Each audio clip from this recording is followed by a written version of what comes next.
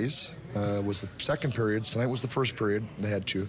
But really, it was a blueprint for each period was pretty similar for me. So, you know, pretty proud of the team for sure, because the last period looked like the first period in Jersey, which is when, you know, we really started getting ourselves going. And see Adrian Kempe get two on the board, two crucial goals, game tying, game winning. That's kind of what you expect from him. What do you kind of make of those two?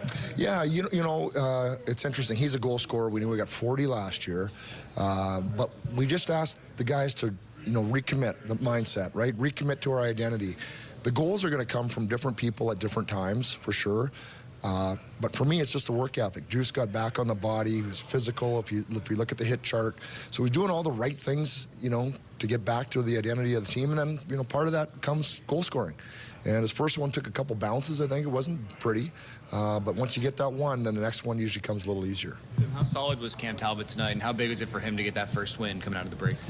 Cam was really good. He made the save when he had to make the save.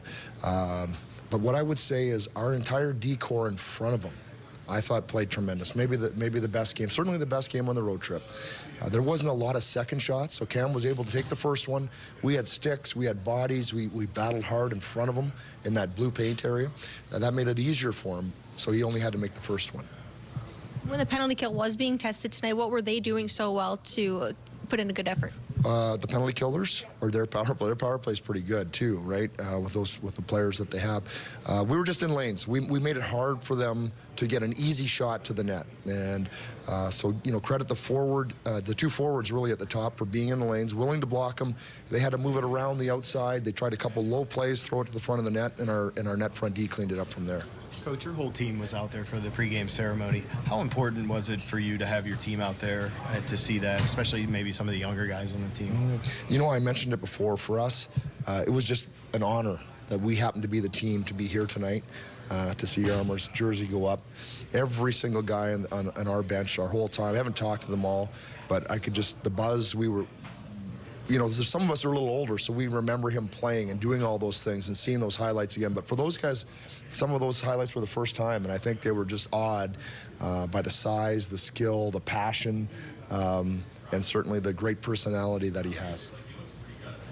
Jim, you mentioned the way the defense played, but you talked about before the game that was kind of the way you wanted. You wanted to muck it up. You wanted to be a little more harder to play against. I mean, how does it feel now, like seeing them execute that and take that through?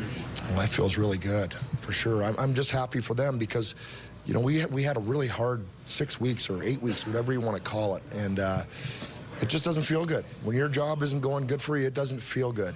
And there's only one way to get out of that, and that's just dig yourself out of it. And you need the guys beside you to do that as well. It takes each guy individually, but collectively, one guy can't let anybody down. And I thought after the Buffalo game this trip, we had everybody on board, everybody recommitted.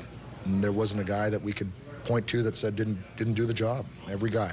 And that makes you tough to beat when you get that.